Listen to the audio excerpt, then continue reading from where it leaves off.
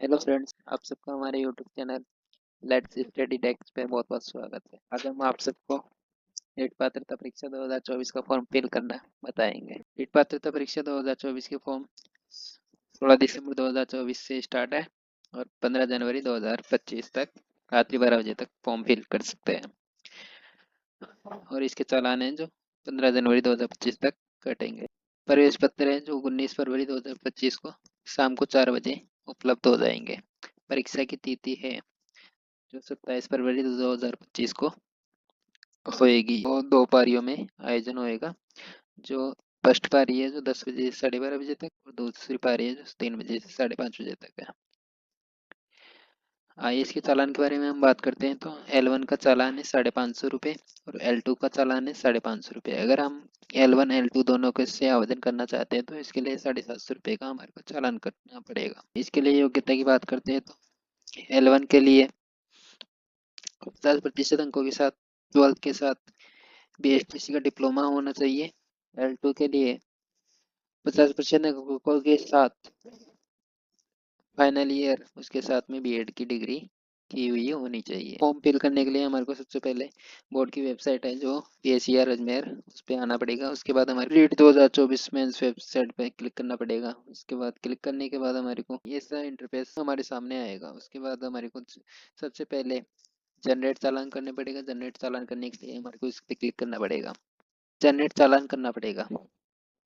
Generate चालान करने के बाद हमारे को जो भी हमारा चालान कटेगा उसको यहाँ से प्रिंट कर सकते हैं। उसको प्रिंट करना हमारे चालान नंबर भूल गए हैं तो यहाँ से हम फॉरगेट कर सकते हैं। फॉरगेट करने का हमारे को ऑप्शन दे रखा है और हमारा जो भी पेमेंट का स्टेटस है, पे आउट हुआ है या नहीं हुआ, उसका स्टेटस हम यहाँ से चेक कर सकते हैं। उसके बाद एप्लीकेशन फॉर्म फिल करेंगे। एप्लीकेशन फॉर्म करने के बाद जहाँ पे हमारा जो भी एप्लीकेशन फॉर्म फिल हो गया उसको हम यहाँ से प्रिंट कर सकते हैं। तो सबसे पहले हमारे को जनरेट चालान करना पड़ेगा। उसके लिए हमारे को यहाँ पे क्लिक करना पड़ेगा। क्लिक करने के बाद हमारे को यहाँ से सबसे पहले L1 के लिए सिलेक्ट करना है।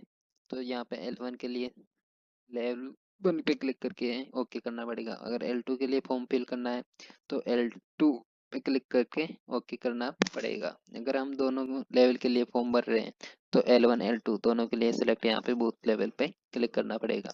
तो सबसे पहले हम आपको L1 का फॉर्म फिल करके बताते हैं। सबसे पहले हमारे को अपना नाम फिल करना है।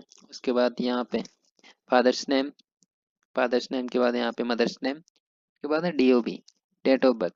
यहाँ से डेट सेलेक्ट करनी है, यहाँ से मंथ सेलेक्ट करनी है, यहाँ पे जो भी ईयर है वो सिलेक्ट करनी है। उसके बाद हमारे को जो भी ईमेल हम यूज करते हैं वो हमारे को यहाँ से सिलेक्ट करनी पड़ेगी। उसके बाद यहाँ पे मोबाइल नंबर हम जो भी यूज करते हैं वो सिलेक्ट डालना पड़ेगा। उसके बाद अल्टरनेट नंबर जो भी हम यूज करते हैं घर में वो डालना पड़ेगा। उसके बाद यहाँ से हमारे को कैप्चर कोड दे रखा है। कैप्चर कोड यहाँ से नीचे से देख के यहाँ से फिल करना पड़ेगा। हमारे को चालान है जो 550 रुपये का कटेगा। तो वो यहाँ से अभी ऑफलाइन मोड शो कर रहा है तो ऑफलाइन चालान हमारे को यहाँ सेलेक्ट करना पड़ेगा। यहाँ से मित्र के द्वारा सेलेक्ट करके यहाँ से सबमिट भी। अभी इसमें ऑनलाइन का ऑप्शन हमारे को शो नहीं कर रहा है तो अभी ऑफलाइन करना है तो यहाँ से बैंक सेलेक्ट करना पड़ेगा और यहाँ से चालान जनरेट करना पड़ेगा।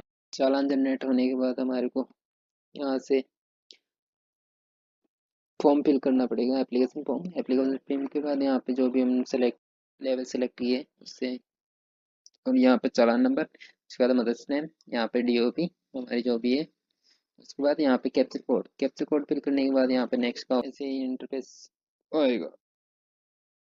उसके लिए हमारे को सबसे पहले अपना नाम फिल करने पड़ेगा। उसके बाद फादर्स नेम, मदर्स नेम और फिर जो भी हमारा लिंग है मेल या फीमेल वो सिलेक्ट करना पड़ेगा। उसके बाद वैवाहिक स्थिति, मैरिड है या अनमेरिड, वो हमारे को सिलेक्ट करनी पड़ेगी। उसके बाद धर्म, हमारा धर्म क्या है, हिंदू मुस्लिम जैन कुछ भी है वो सिलेक्ट करना पड़ेगा। उसके बाद अगर हमारी शादी हो रखी है तो पति का नाम या पत्नी का नाम जो भी फिल करना पड़ेगा।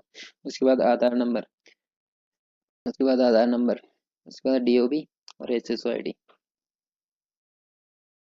इसके बाद एड्रेस डालना पड़ेगा, पोस्ट ऑफिस जो भी हमारा है। उसके बाद state, district, pin code number, email, और मोबाइल नंबर स्वयं का, और जो भी अल्टरनेट नंबर जो हमने लगाए हैं।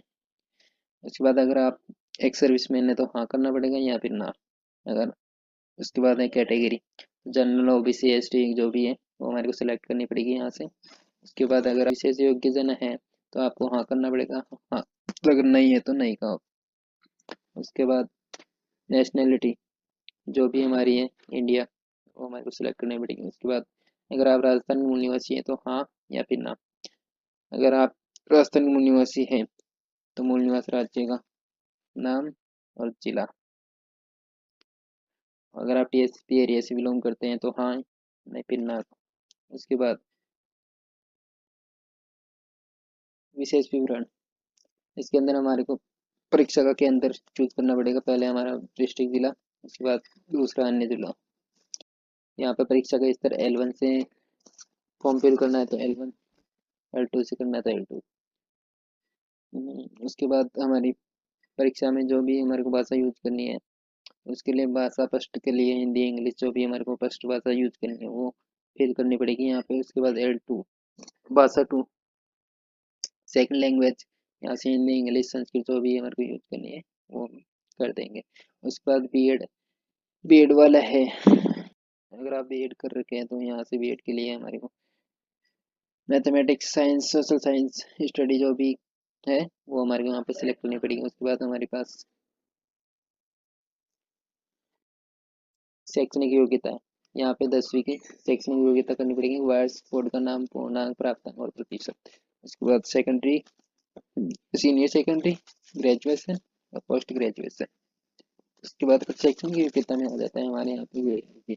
अगर आप L2 से फॉर्म फिल कर रहे हैं तो हमारे को यहाँ पे L1 की लिए BSTC की जो भी वर्ष है यहाँ पे बोर्ड का नाम, पूर्णांक, प्राप्तांक और प्रतिशत। अगर आप बी एड L2 से फॉर्म फिल कर रहे हैं तो यहाँ पे बीएड की शैक्षणिक योग्यता, वर्ष, संस्था का नाम, संकाय जो भी है आप हिस्ट्री पॉलिटिकल जो भी है उससे, और यहाँ पे पूर्णांक, प्राप्तांक, प्रतिशत। और यहाँ पे बॉडी मार्क जो भी आपके शरीर पे चिन्ह है वो देना पड़ेगा। उसके बाद हमारे को फोटो है जो जेपीजी फॉर्मेट में 20 से 50 के बी की है। सिग्नेचर है वो भी जेपीजी फॉर्मेट में 20 से 50 के बी। आधार कार्ड की फोटो अपलोड होगी वो भी 20 से 50 के बी की अपलोड होगी। और हमारी 10वीं की अंक तालिका है वो भी 20 से 50 के बी की जेपीजी फॉर्मेट में अपलोड होगी।